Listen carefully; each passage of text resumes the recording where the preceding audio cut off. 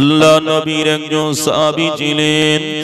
আল্লাহ নবীর এই সাহাবীটি ছিলেন মদিনার সবচাইতে, আল্লাহ নবীর এই সাহাবীটি ছিলেন সবচাইতে গরীব সাহাবী। আল্লাহ নবীর এই সাহাবীটির গায়ের রংটা ছিল কালো। আল্লাহ নবী সাহাবী হযরত বিলাল রাদিয়াল্লাহু আনহু আল্লাহ নবীকে কতটা মহব্বত করেছিলেন। আল্লাহ নবীর ইন্তেকালের পরে হযরত বিলাল আর মদিনায় থাকবে না। হযরত বিলাল মদিনা ছেড়ে দিয়ে চলে যাচ্ছেন। আল্লাহ নবী সাহাবী ইসলাম জাহানের প্রথম খলিফা হযরত আবু বকর সিদ্দিক রাদিয়াল্লাহু তাআলা আনহু হযরত বিলালকে বলেছিলেন, বিলাল গো বাবা বিলাল, কোথায় যাও বিলাল? আল্লাহ নবী সাহাবী বিলাল জবাব দিয়েছিলেন, আমি আর মদিনায় থাকবো না, আমি মদিনা ছেড়ে চলে যাব।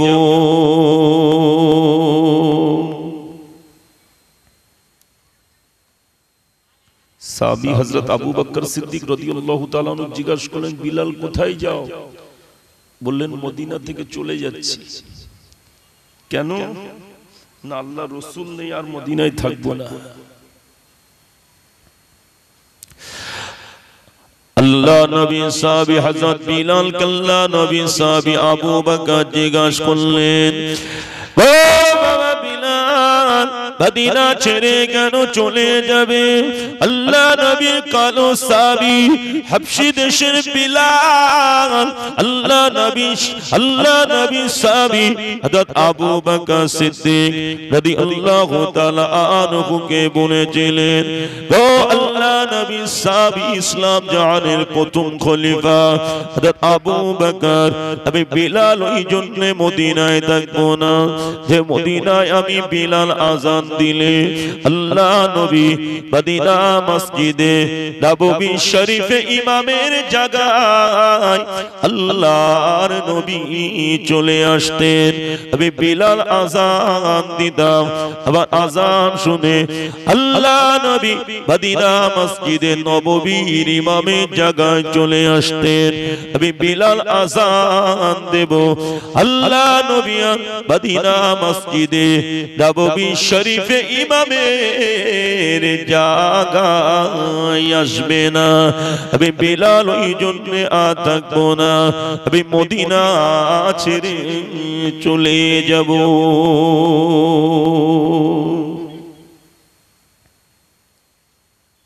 বিলালের দেখতে কালো ছিল, অন্তরে নবীর প্রেম ছিল, জান্নাতি মানুষ হয়েছিল। বলুন সুবহানাল্লাহ।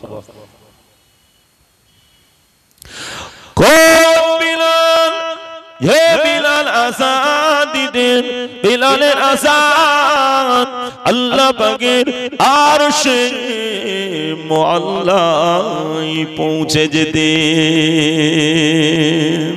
সুবহানাল্লাহ বললেন না? বিলালের আযান আল্লাহর আরশে মুআল্লায় পৌঁছে। আল্লাহ নবী মিরাজে গেলেন। আল্লাহ নবী মিরাজ থেকে ফিরে এসে বিলালকে ডেকে বলেছিলেন, ও বাবা বিলাল, তুমি কি এমন কাজ করো? আমি রাসূলুল্লাহ তোমাকে জান্নাতের ভিতরে ঘোরাঘুরি করতে দেখলাম, তোমার পায়ের শব্দটা আমি রাসূলুল্লাহ শুনতে পেলাম। বিলাল কি এমন কাজ করো? আল্লাহ নবী সাহাবী হাবশী দেশের কালো বিলাল জবাব দিয়েছিলেন, ইয়া রাসূলুল্লাহ, ইয়া হাবিবাল্লাহ, হুজুর আমি বিলাল কিছুই করতে পারি না, তবে আমি তাহিয়াতুল ওযু নামাজটাকে আদায় করি। আমি বিলাল যখন ওযু করি, আমি বিলাল যখন ওযু করি, আমি বিলাল 2 রাকাত নামাজ আদায় করে নি। ইয়া রাসূলুল্লাহ, ইয়া হাবিবাল্লাহ, আমি বিলাল সব সময় পবিত্র হালাতে থাকি।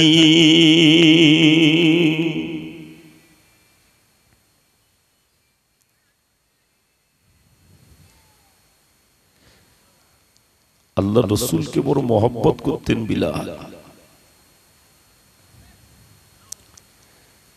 আল্লাহ নবী সাহাবারও নবীকে মহব্বত করতে, আর আল্লাহ রসুল সাহাবাদেরকেও বড় ভালোবাসতেন। আল্লাহ নবীর একজন সাহাবী ছিলেন, নাম হলো হযরত আবু তালহা রাদিয়াল্লাহু তাআলা আনহু।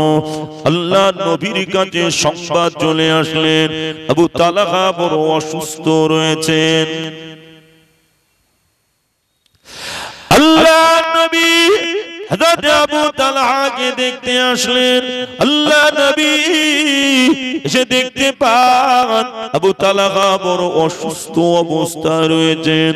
আল্লাহ নবী আবু তালহার কাছে এগিয়ে গিয়ে দেখলেন আবু তালহার ঘরের লোকজনেদেরকে ডেকে বললেন, হে আবু তালহার ঘরের লোকজনেরা, আবার আবু তালহা যদি ইন্তেকাল করে, আবার আবু তালহার ইন্তেকালের সংবাদ আমি রাসূলুল্লাহ আমার কাছে দিয়ে দেবে, আমি আবার আবু তালহার জানাজার ইমাম হয়ে যাব। আমি রাসূলুল্লাহ আমার আবু তালহার জানাজার ইমাম হয়ে যাব।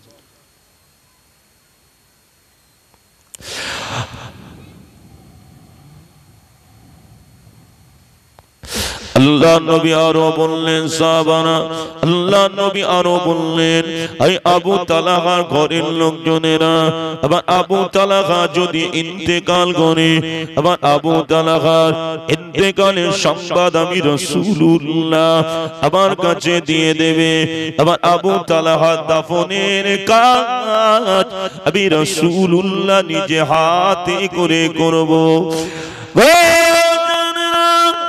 যুবকেরা, আল্লাহ নবী সাহাবী হযরত আবু তালহা রাদিয়াল্লাহু আনহু ইন্তেকালের আগে ঘরের লোকজনদেরকে ডেকে বললেন, আমার যদি ইন্তেকালটা রাতের বেলা হয়ে যায়, আল্লাহ নবীর কাছে যেন সংবাদ দিবে না, আল্লাহ নবীর কাছে যেন আমার ইন্তেকালের খবরটা দিবে না। আল্লাহ নবী সাহাবী হযরত আবু তালহা রাদিয়াল্লাহু আনহুর ঘরের লোকজনেরা জিজ্ঞাসা করেছিলেন, ও আবু তালহা এমন কথা কেন বলছো? আল্লাহ নবী সাহাবী আবু তালহা রাদিয়াল্লাহু তাআলা আনহু বলেছিলেন, আমি যদি ইন্তেকাল করি, আমার ইন্তেকালের সংবাদ আল্লাহ নবীকে দেওয়া হবে। গো আমার ঘরের লোকজনেরা, আমি আবু তালহা আবার ইন্তেকাল রাতের বেলা যদি হয়ে যায়, আল্লাহ নবীর কাছে যদি সংবাদ দেওয়া হয়, আল্লাহ নবী আমার জানাজা পড়াতে আসবেন, আবার দাফন দিতে আসবে। আর পথে যদি শত্রুরা দেখে আল্লাহ নবীকে মারেন, আল্লাহ নবীর শরীরে ক্ষত হবে, আমি আবু তালহা সহ্য করতে পারবো না। আবার নবীকে আমি জীবনের থেকে বেশি মহব্বত করি, ওই জন্য আমার ইন্তেকাল রাতের বেলা হয়ে গেলে আল্লাহ নবীর কাছে যেন সংবাদ দিবে না।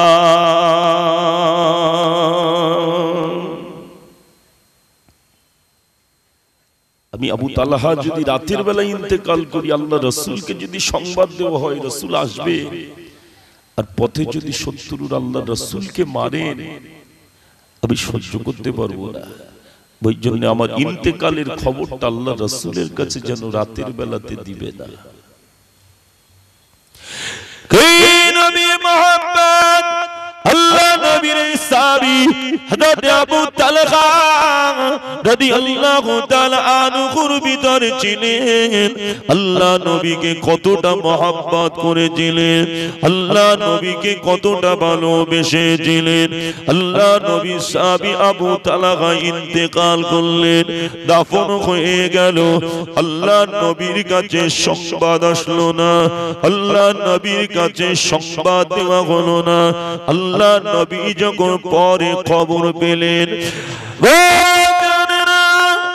যুবকেরা দাদা হুজুরের ভাগ সিলসিলার মুরিদেরা দেখতে পাওয়া গেল আল্লাহ নবীর কাছে সংবাদ চলে আসলেন। আল্লাহ নবী আসলেন, আবু তালহার কবরের দ্বারে দাঁড়িয়ে আল্লাহর কাছে দোয়া করলেন, ও রব্বুল আলামিন, আল্লাহ পাক আবার আবু তালহা চলে গেল, আমার বড় মহব্বতের ছিল আল্লাহ, আমার আবু তালহা বিদায় নিয়ে চলে গেল। আল্লাহ পাক আমার আবু তালহাকে দেখে আপনি হাসবেন, আর আমার আবু তালহা আপনাকে দেখে হাসতে থাকবে। মোহাম্মদ কাকে বলে চিন্তা করে।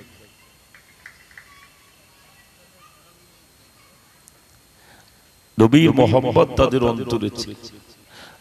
আর আজকে এরকম নবিয়ানা মজলিস খালি থাকবে? ঠিক বলছি না ভুল বলছি? নবীর মোহাম্মদ যদি অন্তরে থাকে এগুলো তো ভর্তি হয়ে যাবে। শুধু মুখে বললে হয় না নবী তোমার দেওয়ানা। আসেন এরকম মজলিসে বসেন,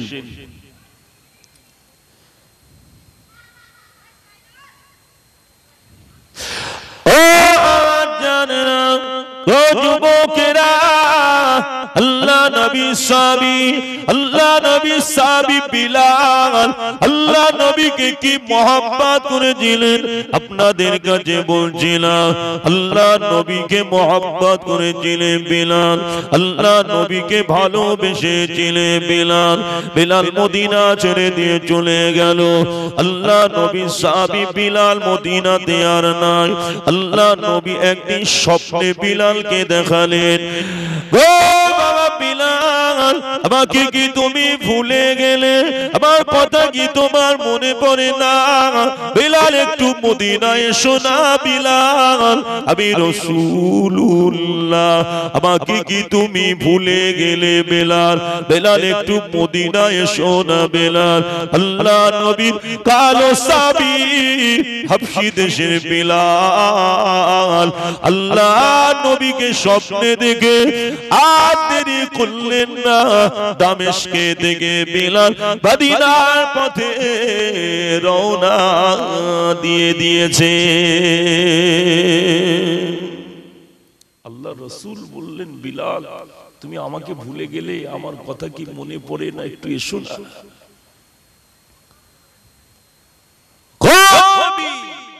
যে নবী এতিমের খবর নিতে, গরিবের খবর নিতে, অসহায় মানুষের পাশে দাঁড়াতে, ক্ষুধার্তকে খাওয়াতে। আল্লাহ রাসূলের একজন সাহাবী ছিলেন হযরত আবু হুরায়রা রাদিয়াল্লাহু তাআলা। কথা বুঝতে পেরেছেন? কোন আবু হুরায়রা? যে আবু হুরায়রাকে আল্লাহ রাসূল বাইতুল মাল পাহারা দেওয়ার দায়িত্ব দিয়েছে। বাইতুল মাল পাহারা দিয়েছে। একটা চোর এসেছে চুরি করতে। হযরত আবু হুরায়রা রাদিয়াল্লাহু তাআলা আনহু চোরটাকে ধরেছে, ধরে বললেন, এই চুরি করতে আসলি কেন? চল আল্লাহ রাসূলের কাছে চল, বিচার হবে। চোর বললেন, আবু হুরায়রা অভাবের তাড়নায় করে ফেলেছি, আমাকে ছেড়ে দাও, আর আসবো না। সকাল হয়েছে, আল্লাহ রাসূলের সঙ্গে দেখা হচ্ছে। আল্লাহ নবী বললেন, ও বাবা আবু হুরায়রা, চোর কি বলে গেল? ইয়া রাসূলুল্লাহ, ইয়া হাবিবাল্লাহ, চোর অভাবের তাড়নায় করে ফেলেছে, আমি তাকে ছেড়ে দিয়েছি। আল্লাহ নবী বললেন, চোর কি আর আসবে নাকি? আবু হুরায়রা বললেন, ইয়া রাসূলুল্লাহ, ইয়া হাবিবাল্লাহ, চোর আর আসবে না। আল্লাহ নবী বললেন, আবু হুরায়রা, ও আবু হুরায়রা, আমি রাসূলুল্লাহ বলছি, চোর আবার আসবে। আল্লাহ আল্লাহ নবী বলছে আসবে, আসবে কি আসবে না? এখন এসছে, রাতের বেলা পাহারা দিচ্ছে, আবার চোর এসছে, চোরটাকে ধরেছে, ধরে বলল, বললি যে আসবি না, আবার এসছিস,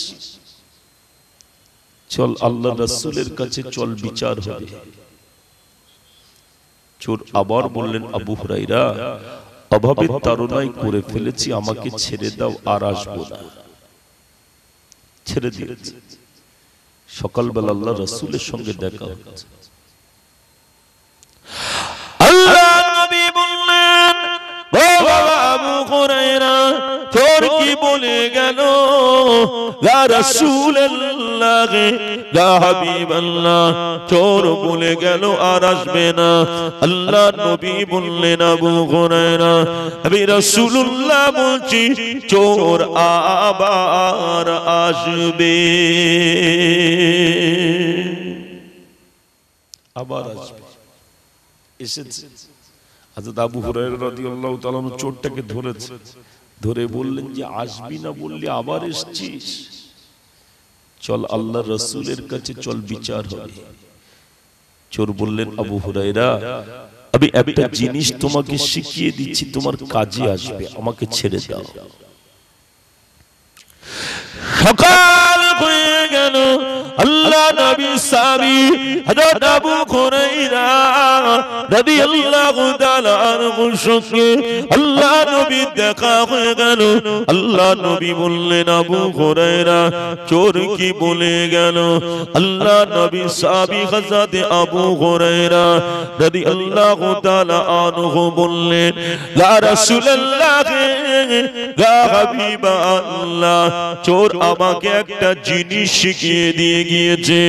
আল্লাহ নবী বললেন, আবু হুরায়রা, ওই চোরটাকে কি তুমি চিনতে পেরেছো? আল্লাহ নবী সাহাবী বললেন না।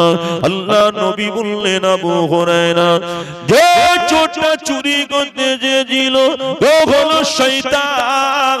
চুরি করতে পারে, মিথ্যা বলতে পারে, তবে তোমাকে যে জিনিসটা শিখিয়ে দিয়ে গিয়েছে, সঠিক জিনিস শিখিয়ে দিয়ে গিয়েছে। চোর কি জিনিস শিখিয়ে দিয়ে গেল? কোরআন শরীফের 114টি সূরার ভিতর থেকে একটি সূরা, যে সূরাটির নাম হলো সূরা বাকারা। এই সূরা বাকারা 255 নম্বর আয়াত, আয়াতুল কুরসি, আল্লাহু লা ইলাহা ইল্লাহু আল হাইয়ুল কাইয়্যুম, আয়াতুল কুরসি চোর শিখিয়ে দিয়ে গেল। যুবকেরা, আল্লাহ নবী বলেছেন, যে ঘরেতে কোরআন শরীফে সূরা বাকারা 255 নম্বর আয়াতুল কুরসিটা তিলাওয়াত করা হবে, ওই ঘরটা পাহারা দেওয়ার জন্য আল্লাহ পাক একজন ফেরেশতা নিযুক্ত করে দেবে। ওই ঘরটাকে আল্লাহ পাক সমস্ত দিক দিয়ে হিফাজত করবে।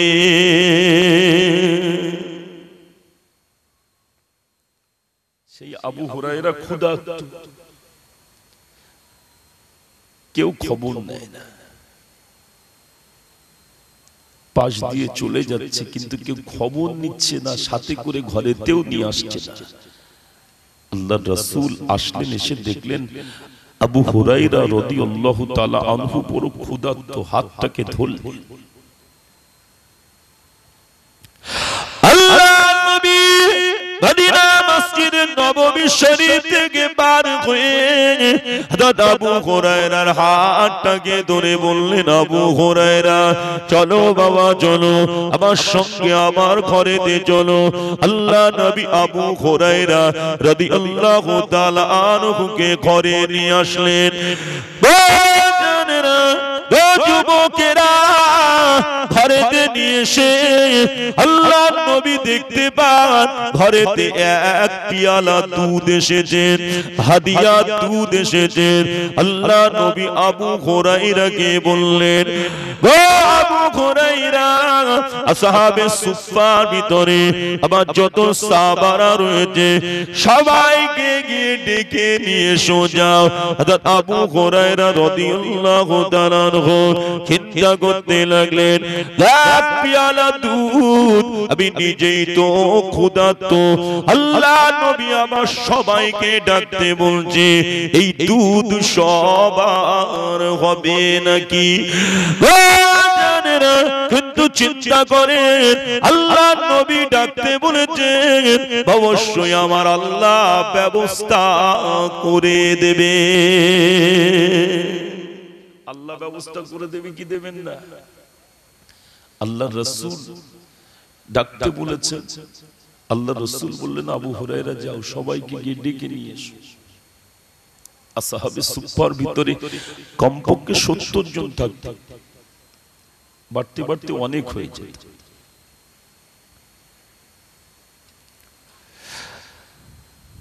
হযরত আবু হুরায়রা রাদিয়াল্লাহু তাআলা আনহু আসহাবে সুফফার ভিতর থেকে সবাইকে ডাকলেন,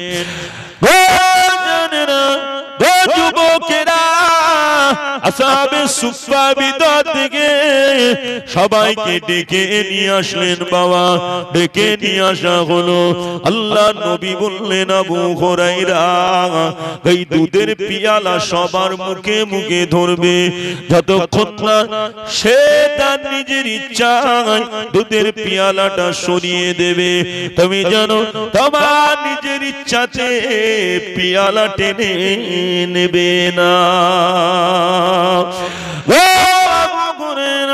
আমি রাসূলুল্লাহ বলে দিলাম, দুধের পিয়ালাটা তার মুখেতে ধরবে, যার মুখেতে তুমি ধরবে, নিজের ইচ্ছায় টেনে নেবে না।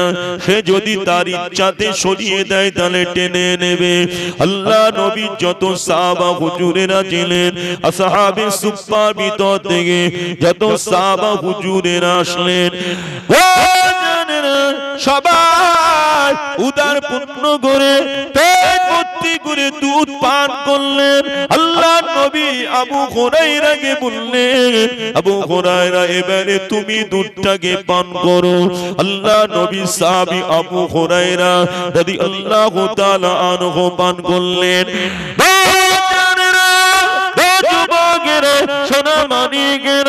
আল্লাহ নবী সবার শেষে পান করলেন। দেখতে পাওয়া গেল ওই দুধের পিয়ালাতে যতটা দুধ ছিল ঠিক ততটাই রয়েছে, ওর ভিতর থেকে এক বিন্দু পরিমাণ দুধ কমে না।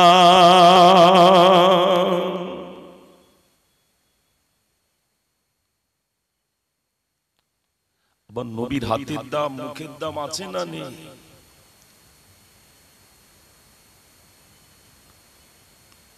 মদিনা শরীফ থেকে 102 কিলোমিটার দূরে একটা কূপ আছে, যে কূপটির নাম হলো বীরে শিফা।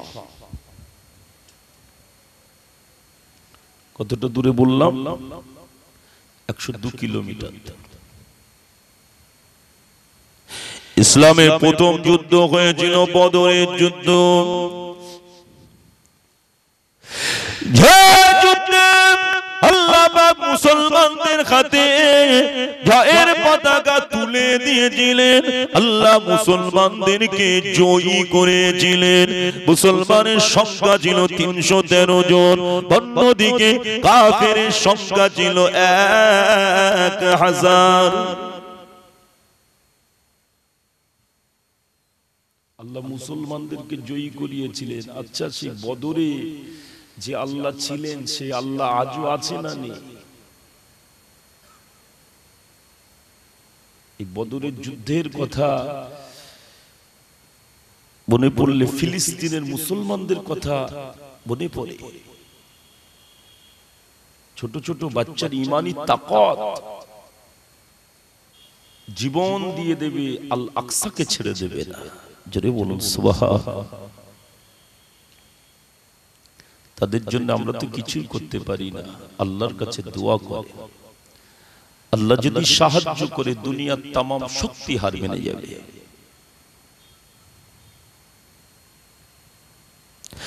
আল্লাহ নবীর মুহাব্বত, আল্লাহ নবীর ভালোবাসা কেমন ছিল দেখে আল্লাহ নবীর কাছে দুইজন বাচ্চা আসলেন। আল্লাহ নবীর কাছে এসে দাঁড়িয়ে বললেন, ইয়া রাসূলুল্লাহ, ইয়া হাবিবাল্লাহ, হুজুর আমরা একটু যুদ্ধের ময়দানে যেতে চাই। আল্লাহ নবী বললে, বাবা তোমরা বাচ্চা মানুষ, ছোট মানুষ, যুদ্ধ করতে পারবে না, যাও চলে যাও, যুদ্ধ করতে পারবে না। ছেলেগুলো আল্লাহ নবীর সামনে দাঁড়িয়ে বলেছিলেন, ইয়া রাসূলুল্লাহ, ইয়া হাবিবাল্লাহ, আপনি আমাদেরকে যুদ্ধে যাওয়ার অনুমতি দেন, আমরা দুই ভাই যুদ্ধের ময়দানে যেতে চাই। আল্লাহ নবী বললে, বাবা তোমরা বাচ্চা মানুষ, ছোট বাচ্চা, যুদ্ধ করতে পারবে না, যাও ঘরে চলে যাও। আল্লাহ নবীর সামনে দাঁড়িয়ে এই বাচ্চা দুটি বলেছিলেন, ইয়া রাসূলুল্লাহ, ইয়া হাবিবাল্লাহ, হুজুর আমরা আমাদের ঘর থেকে, মায়ের কাছ থেকে অনুমতি নিয়ে এসেছি, হুজুর আমরা যুদ্ধের ময়দানে যেতে চাই। ইয়া রাসূলুল্লাহ,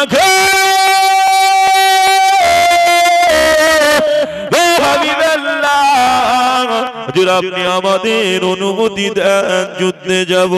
আল্লাহ নবী বললেন, হবে না বাবা, যাও ঘরে যাও।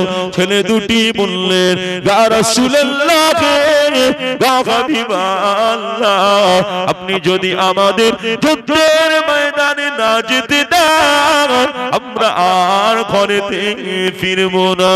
আল্লাহ নবী বলেছিলেন, বাবা ছেলেরা তোমরা যখন শুনবে না, দুই ভাই কুস্তি করো, যে কুস্তিতে জিতে যাবে আমি রাসূলুল্লাহ তাকে যুদ্ধে যাওয়ার অনুমতি দিয়ে দেব। দুই ভাই কুস্তি করতে লেগে গেল। ছোট ভাই বড় ভাইটাকে ফেলে দেয়, বড় ভাই ছোট ভাইটাকে ফেলে দেয়, বড় ভাই ছোট ভাইটাকে ফেলে দেয়, আর ছোট ভাই বড় ভাইটাকে ফেলে দেয়।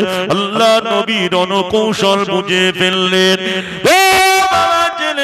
যাও চলে যাও, আমি রাসূলুল্লাহ আজকে দিনে তোমাদের দুই ভাইকে যুদ্ধে যাওয়ার পারমিশন দিয়ে দিলাম। যুবকেরা বদরের প্রান্তরে দুই ভাই এসে দাঁড়িয়ে আল্লাহ নবীর সাহাবী আব্দুর রহমান ইবনে আওফ রাদিয়াল্লাহু তাআলা আনহুকে বললেন, চাচা যান, ও চাচা যান, আব্দুর রহমান ইবনে আওফ আবু জাহেল নাম শুনেছি, জীবনেও কোনোদিন দেখি না, আবার নবীকে গালাগালি করে, আবার নবীকে ছোট বড় কথা বলে।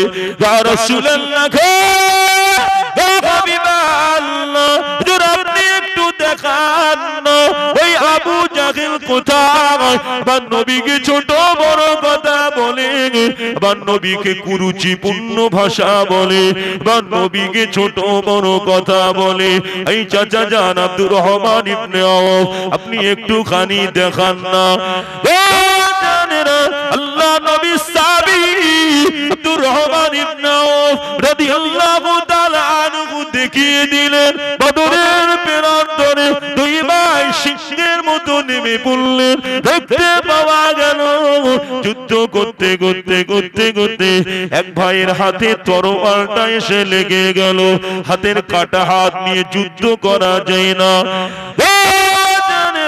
দুই ভাইয়ের ভিতর থেকে এক ভাইয়ের হাতে তরোয়ালটা লেগে গেল, কাটা হাত নিয়ে যুদ্ধ করা যায় না। ওই জন্য কি করলেন, পায়ের তলায় কাটা হাতটা দিয়ে এক হিচকা টান দিয়ে হাতটাকে ছিঁড়ে ফেলে দিলেন। যুবকেরা দেখতে পাওয়া গেল যুদ্ধ করতে করতে করতে করতে বেঈমান আবু জাহেলের গর্দান এসে মেরে দিয়েছে। বেঈমান আবু জাহেলকে আল্লাহ নবীর মোহাব্বতের পাগল জাহান্নামায় পাঠিয়ে দিয়েছে।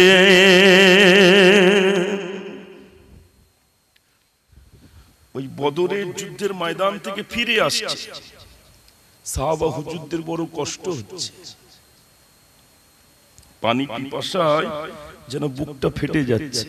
আল্লাহ রসুল একটা পাথরের উপরে বসা,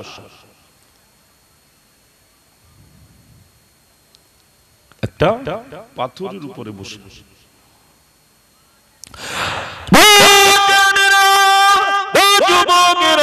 আল্লাহ নবী একটা পাথরের উপরে বসে, আল্লাহ নবী সাহাবীরা বললেন ইয়া রাসূলুল্লাহ, ইয়া হাবিবাল্লাহ, সহ্য করতে পারি না, বড় কষ্ট হচ্ছে, পিপাসায় বুকটা ফেটে যাচ্ছে, একটু পানি কি হবে না? আল্লাহ নবী পাথরের উপর থেকে উঠলেন। আল্লাহ নবীর পাশে একটা কূপ ছিল, কূপের পানি লবণাক্ত পানি, নোনা পানি। আল্লাহ নবী সাহাবীরা আল্লাহ নবীকে যখন বললেন, নবী আমার ওই পাথরের উপর থেকে উঠে এসে ওই লবণাক্ত পানি, নোনা পানি আকারে ওই কূপের ভিতরে আল্লাহ নবী থুতুটাকে দিয়ে দিলেন। আল্লাহ নবী থুতু দিয়ে দিয়েছে, দেখতে পাওয়া গেল নবী পাকের মুখে থুতু দেওয়ার সঙ্গে সঙ্গে পানিটাকে আল্লাহ পাক মিঠা পানি করে দিয়েছিলেন। মদিনা শরীফ থেকে 102 কিলোমিটার দূরে এই কূপটি রয়েছে। এই কূপটির নাম হলো বীরে শিফা। কি কূপ বললাম? বীরে শিফা। আল্লাহ রসুলের বুকে থুতুর দামটা আছে না নেই?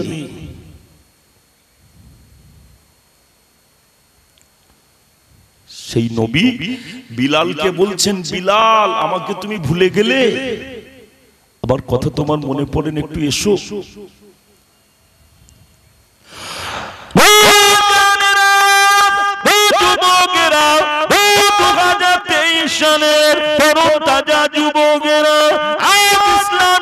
সহজে পেয়ে গেলে বাবা, ইসলামের জন্য তারা কত কষ্ট করেছে, কলেমা পড়ার জন্য তাদের কত কষ্ট করতে হয়েছে।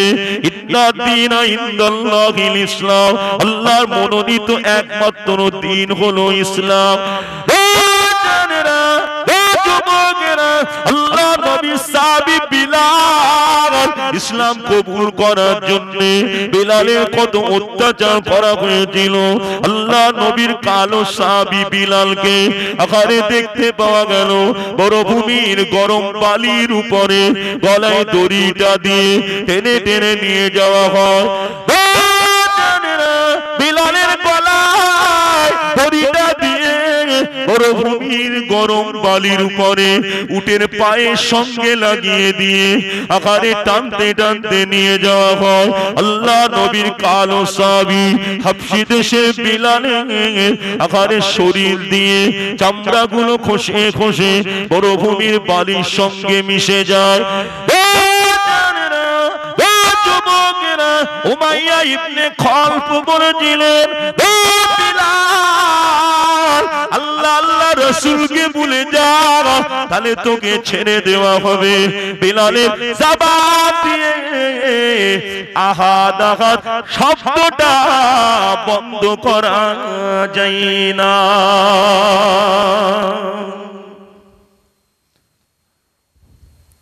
বিলালের জবান দিয়ে আহাদ আহাদ শব্দ হচ্ছে।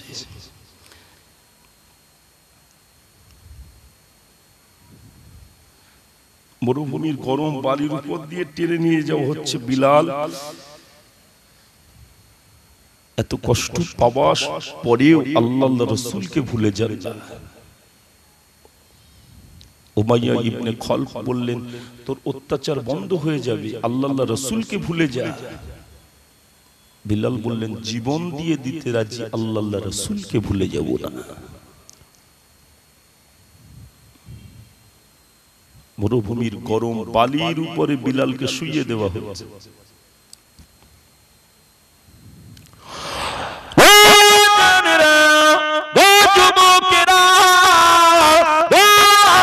সোনা মানিকের বিলালকে মরুভূমির গরম বালির উপরে শুইয়ে দিয়ে বিলালের বুকের উপরে দেখতে পাওয়া গেল একটা ভারী পাথর চাপিয়ে দেওয়া হলো। আল্লাহ নবী কালো সাহাবী হাবশী দেশে বিলাল এত অত্যাচার করা হচ্ছে দেখতে পাওয়া গেল বিলালের জবান দিয়ে তখন আদাঘাত শব্দ বন্ধ হয় না। সেই বিলালকে আল্লাহ নবী স্বপ্নে দেখালেন, বিলাল আমাকে কি তুমি ভুলে গেলে? একটু মদিনায় এসো না বিলাল। আল্লাহ নবীর কালো সাহাবী হাবশী দেশের বিলাল আর দেরি করলেন না, মদিনায় চলে আসলেন। মদিনার মানুষেরা বিলালকে দেখে বললেন, আল্লাহ নবীর কালো সাহাবী বিলাল আজ মদিনায় এসেছো বিলাল, একটু আযান দাও না বিলাল। বিলাল অনেক দিন হয়ে গেল তোমার আযান শুনতে পায় না বিলাল। বিলাল একটু আযান দাও না বিলাল। বিলাল একটু আযান দাও না বিলাল। আল্লাহ নবীর কালো সাহাবী হাবশী দেশের বিলাল মদিনা মানুষদের দিকে তাকিয়ে বলেছিলেন, ও মদিনা মানুষেরা, আমি বিলাল আমাকে আযান দিতে বলো না, আমি আযান দিতে পারবো না, আমাকে আযান দিতে বলো না, আমি আযান দিতে পারবো না। মদিনা মানুষেরা বিলালকে বারে বারে বলতে লাগলেন, ও আল্লাহ নবীর সাহাবী বিলাল একটু আযান দাও না। আল্লাহ নবীর সাহাবী হাবশী দেশের কালো বিলাল মদিনার মানুষদেরকে বলেছিলেন, আমি বিলাল আযান দিতে পারবো না।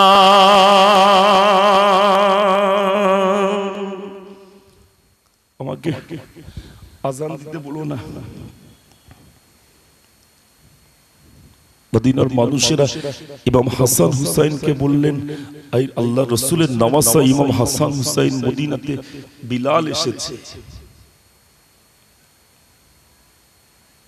চলো না একটু বিলালকে আযান দিতে বলো না।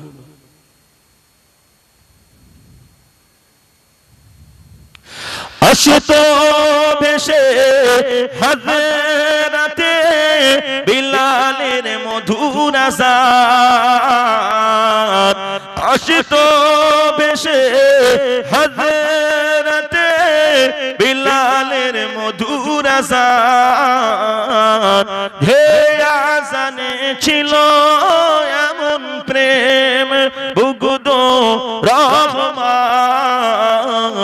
দয়ার নবীর পিছে নামাজ পড়িলে কেমন হতো জন্ম আমার নবীর যুগে, হলে কেমন হতো জন্ম আমার নবীর যুগে, হলে কেমন হতো নয়নে রাসূল পাক দেখিলে কেমন হতো, নয়নে রাসূল পাক দেখিলে কেমন হতো জন্ম আমার নবীর যুগে, হলে কেমন হতো। নারে তাকবীর।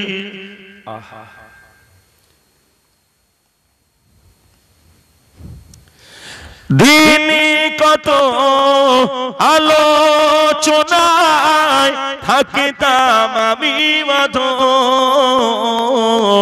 দিনই কত আলোচনায় থাকিতাম আমি মাধব, সামনে রাসূল পাকি হতো পাশে সাহাবাগণ, আবু বকর ওমর উসমান আলী সঙ্গী কেমন হতো জন্ম আমার নবীর যুগে, হলে কেমন হতো রাসূল পাক দেখিলে কেমন হতো, রুনয়নে রাসূল পাক দেখিলে কেমন হতো, জন্ম আমার নবীর যুগে হলে কেমন হতো। বিলালের আযান আল্লাহর আরশ মুআল্লায় পৌঁছে যেত। ইমাম হাসান হুসাইন আসলেন, বিলালের সামনে দাঁড়ালেন, আয় আমার নানু জানের কালো সাহাবী বিলাল, আপনি একটু আযান দেন না। ইমাম হাসান হুসাইনকে দেখলে আল্লাহ রাসূলের কথা মনে পড়ে যেত।